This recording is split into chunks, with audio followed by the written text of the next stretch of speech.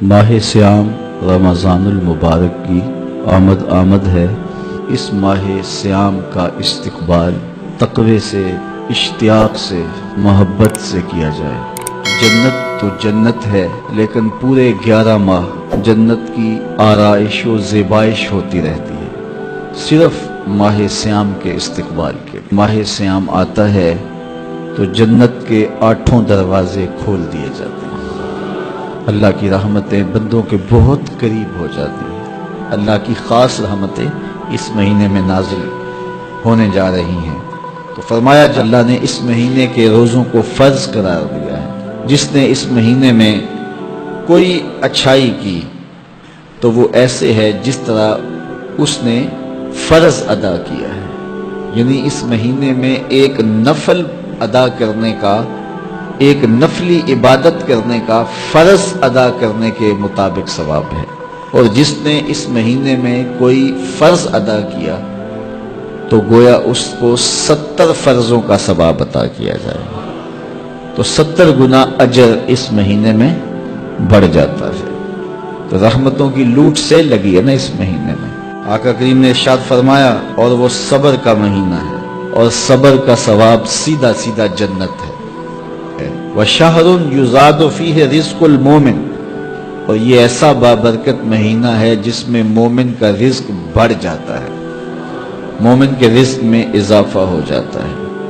وہ نعمتیں جو عام ایام میں اسے نصیب نہیں ہوتی، اس مہینے میں اسے نصیب ہو جاتی ہیں۔ جس نے اس مہینے میں کسی روزہ دار کا روزہ افطار کروایا، اللہ اس کے گناہوں کو معاف فرما دے اور اس کی گردن کو جہنم کی آگ سے آزاد کر دے گا۔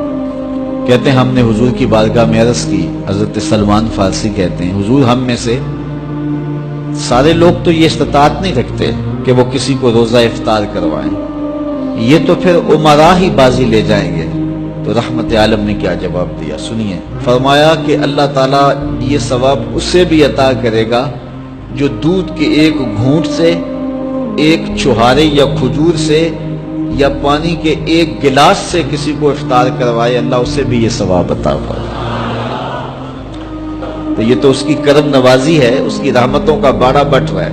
ہاں اگر کسی نے کسی کو سیراب ہو کر کے روزہ افطار کروایا، سیراب کر کے اچھا دسترخوان لگایا، انواع و اقسام کی چیزیں رکھی، وہ رج گیا، تو ثواب تو اسے بھی مل گیا جس نے پانی کا گھونٹ پلایا، جس نے دودھ کا گھونٹ دے دیا، جس نے چھہارا دے دیا، کھجور دے دی۔